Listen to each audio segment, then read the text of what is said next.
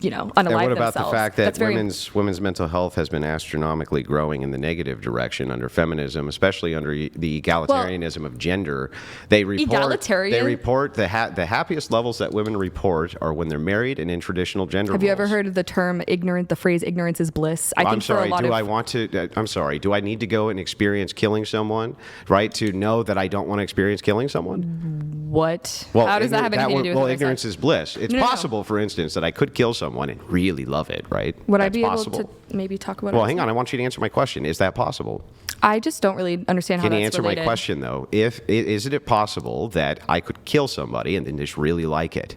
But how does that in any way... Can you answer my question, please? Stop negating the question. Just answer the question. I just don't really want to talk about murder. I don't care what you want to talk. I want you to answer my question, I'll answer yours. I'm not answering your question. Just go to your You're not going to answer my question? About murder? That's not related to this at all. Yes, it's logically... Answer how you think I would answer. Answer how you want me to answer. What do you mean? I'm in a debate with you. I'm not in a debate with me. I'm not Why would I answer this hypothetical question about murder that has nothing to do with the... I was talking about... Then if it has nothing to do with it, I'm going to look really stupid, right? So just answer the question. So go ahead and finish because I would like to... So my question to you was, isn't it possible that I could kill someone and really like it?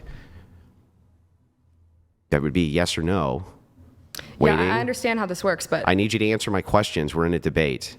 I will answer your questions, but you also need to answer mine or I can't get to the worldview. Yes or no? Okay. This seems like a really moot point to me. And Can you just answer it then? You've wasted like 2 minutes not answering the question. This is like a 3-hour debate. Yeah, why are you wasting time? Just answer the question. Look, Kylie, it's conceivable that you're going to propose hypothetical questions to Andrew to test I'll answer his them. Logic and worldview. He'll answer it. I think it's a fair question if you can answer it. As the moderator, sure. I suppose it is possible, yes, that if you did it, then you would enjoy it, although it makes me uncomfortable to talk about that. Okay, but if this is the case, well, it would be possible for any human being.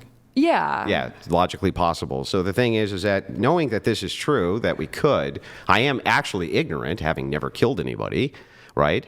And I am in bliss about that. I, myself, am really, really happy that I've never done that, even though I could do that and could be very happy about that. The idea that you would make the point, ignorance is bliss, seems to entail... Well, you didn't even let me get to talk. Hang on. I just want to... You're just talking over me. I'll give you the quick answer. Oh, I have to wait for you to let me talk. Thank you. You're welcome. Yeah. So what I would say is this. When you say ignorance is bliss, all you're doing is alluding to the fact that people should engage in risky behavior. I'm giving you 15 seconds, and if you don't give me the mic, I'm leaving. Go ahead. 15. Oh my God, you're going to leave? Yeah. Oh no. Uh-oh. Look, Andrew's finishing his point. I was. He was finishing his point. No, I'm serious. 15 seconds. Hold on, because he's been talking for the last 5 minutes. So it's really not fair. You're not moderating very well here. Well, to be fair, you guys got to allow... We were actually doing really well, I think. Hold on. Until I was making a broader point, then that wasn't allowed. Well, it was at the expense of me speaking is the problem. Hold on, just one moment. So, look, in conversations and especially in a debate, look, sometimes people are gonna butt in. There's been a few times you've done it. Yeah. Andrew's done it. You've both done it. I'm trying my best here. Well, that's why I'm alerting you. I feel like at this point I would like to be able to speak my point because he rebutted me before I was able to give my point, and that's been happening the last 5 minutes. You asked me a question. Have you heard the term ignorance is bliss? So I could speak and explain my point. Yeah, so then I said yes and said, but here's the problem with that. And then talk for about 3-4 minutes and then try to back me into corner over nonsense. Give the expression. When I ask you a question, you answer it. I expect a yes or no, and then you give a comprehensive answer like I was. So can I give my explanation? Are you done, Andrew? Yeah. Okay. So you going back like 5 minutes basically to what you mentioned was the term like, oh, women are happier in the home with a husband and kids, right? Mm-hmm. And so the term of ignorance is bliss, I think for a lot of women who do not have the opportunity to get an education and they are forced to be in the home, they don't know any other alternative. So some women are truly happy, but if that becomes the standard that women have to be in the home and have kids and they don't have the opportunity to get an education, then of course that's going to be something that they think brings them joy because they don't have any other opportunities. And so like there's a lot of people in my mom's generation or my grandma's generation where like they were like, man, I wish I could have gone to school and like had an education and like picked someone, and they just fell into a marriage that either was abusive or like they weren't happy. And so I think that it's easier to report higher levels of happiness when you perceive it to be your only option is living in the home and having children and raising them. Yeah. So, but what do you have to say to that? Because so interestingly, because it goes to your like underreported things like you were talking about earlier. of all, when you give anecdotal evidence like, oh, my mom and mom's friends. Oh, I can give you an actual study if you want. May have and I can refute it. I promise. But here's the thing: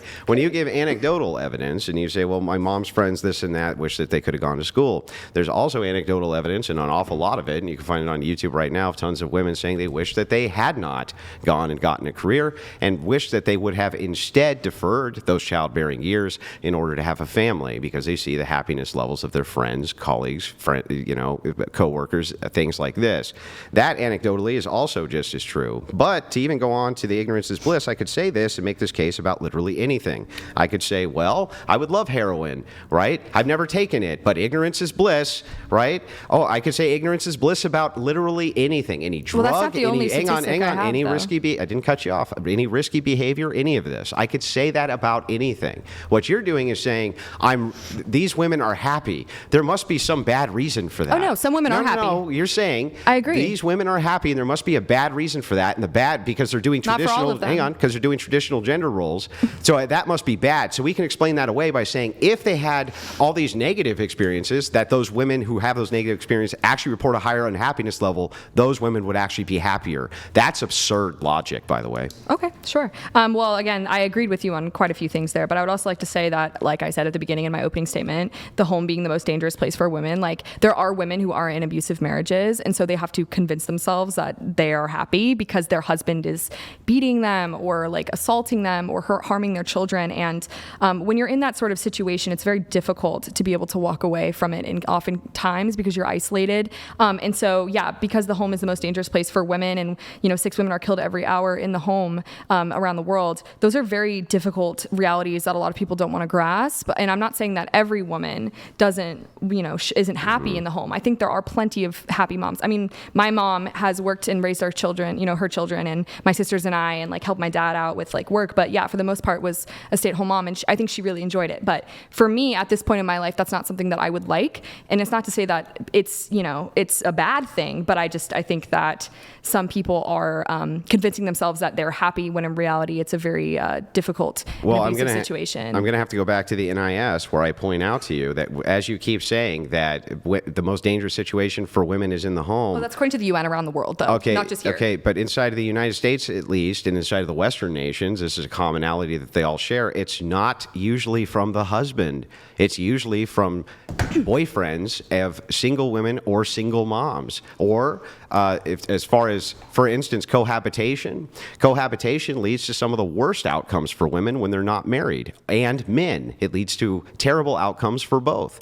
This idea that you have that when you say this, it's very loaded. It gives the impression that husbands are at home abusing their wives, and the opposite is actually true. The truth is that when women get divorced and they end up in these occupied relationships, that's when they end up with the most amount of abuse, not from their husbands. Well, I think it's, how we were talking about earlier about like confounding factors and other things that might, the classification of things might change the results of studies. For this one, I'm looking at it, and it says facts and statistics on, domestic violence DV, and it's mainly including intimate partner. So it's not talking about husband or boyfriend. That's why we separate them, right? So we would separate those two categories to see who's the more abusive. Do you have a statistic? Yes, I just gave it to you twice from the NIS. But I know, but like I'm looking at it, and again, like I'm having. Show me the numbers from the NIS that you're looking at. I actually don't believe you. Oh, I'm not looking at that NIS right now. I was looking at it earlier, could not find the number you were talking about. Yeah, but you looked like, at it that for does not 1 exist. minute. No, I didn't. You did. I literally pulled it direct from the NIS itself. When there is a minor in the home and there is abuse, they look at both parents. And in that case, they are finding, according to this, the Domestic Violence Center data for Mankind Initiative, I'm finding... The Mankind Initiative? Yeah, here, I'll send it to you. The cult, the Mankind Initiative? I have no idea what you're talking. I mean, this is it's a statistic, it's like a study that's produced. Yeah, I could go to the University of Pennsylvania's one. Yeah, do if you that want. because the Mankind Initiative, as far as I know, is a Western cult which exists as a demasculating agency. Just so you know. So it's saying analyzing 31,000. This is Penn today. So this does go to your point. It is just slightly above the spouse rate for abusive boyfriends. But again, and those go reported much more, right? The marriage rates go reported much more than the than these rates where you're living outside of the home with another man. Right. So because that's the more common living arrangement. Therefore, I am correct. It is true that the most dangerous situations co-occupancy, not marriage. I mean, there's different. I think it's difficult. You deal a lot in absolutes, and as a teacher, that's something that we are told not to do to facilitate like open communication. Is because you typically say, "Well, this is true. This is true. That means I am truth. I am correct in saying this thing." But again, statistics are changing all the time. So actually, you're contradicting yourself because at the beginning you were like, "What I'm saying is things change. I can negate these with logic by simply pointing this out." I mean, you can negate anything when you talk to yourself like you do, because you're not really listening to the words that are coming out of my mouth. I'm listening do you want me to steelman your position? You just said to me that everything when it comes to statistics is fluid.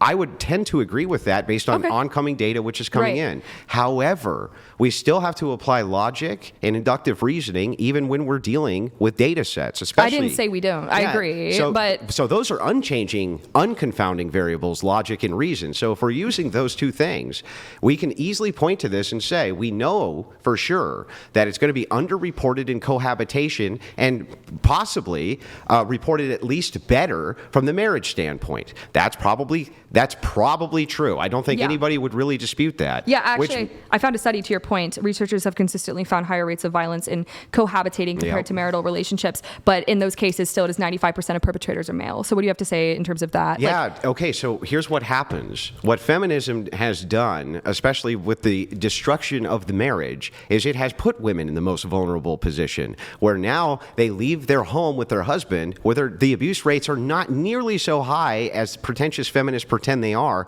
so that they can cohabitate with men, with other men who are strangers to them, strangers to their children. It puts their children at risk, and it puts them at actually higher risk than if they had stayed with their husbands in most cases. Oh, okay. That makes sense as an explanation, but I think that, again, that's an anecdote that's probably not true for everybody, and the cases are pretty clearly in place. Like the evidence has shown that regardless of whether there's children in the marriage, 95% of the perpetrators are men. And, we were talking about how it is likely underreported for female perpetrators, right, in marriages. I'm sure there are abusive wives, but I think that the point being is that it is definitely a pattern in terms of, in the United States, of the home being made unsafe because of men that live there. It doesn't have to be the husband, but it is men that are, being violent with the women that they are living with. And I think your point about how it's women that are picking these boyfriends that are abusing them is not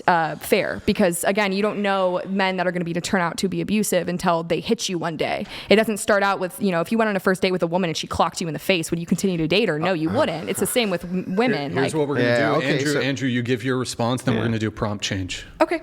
Okay, so that was the end of my I don't even understand this. Like, all of the stats back up exactly what I'm saying. You agree with me that what I'm saying is likely the most true case scenario, at least compared to all the numbers. About boyfriends being more abusive? Yeah, can I finish? Right? Oh, I was just clarifying. I didn't cut you off. So the thing is like, look, as we look at this data, the data backs up everything that I just said, especially when it comes to cohabitation. You say, well, it's not women's responsibility that they're picking these men. It's like, well, women are initiating most of these divorces.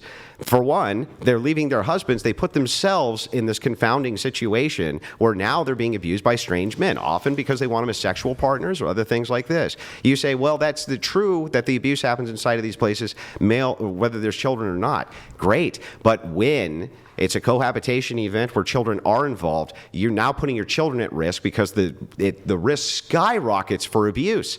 Skyrockets for abuse of those children. No wonder men don't want to get married to modern women if they're going to get divorced, and their women are going to put their children in an abusive situation, right? And that's what the stats show more than anything. Not that women are being abused, but that when they have authority over children, they are putting them in situations where they are abused or abusing them themselves. That's what's actually happening. We do have to change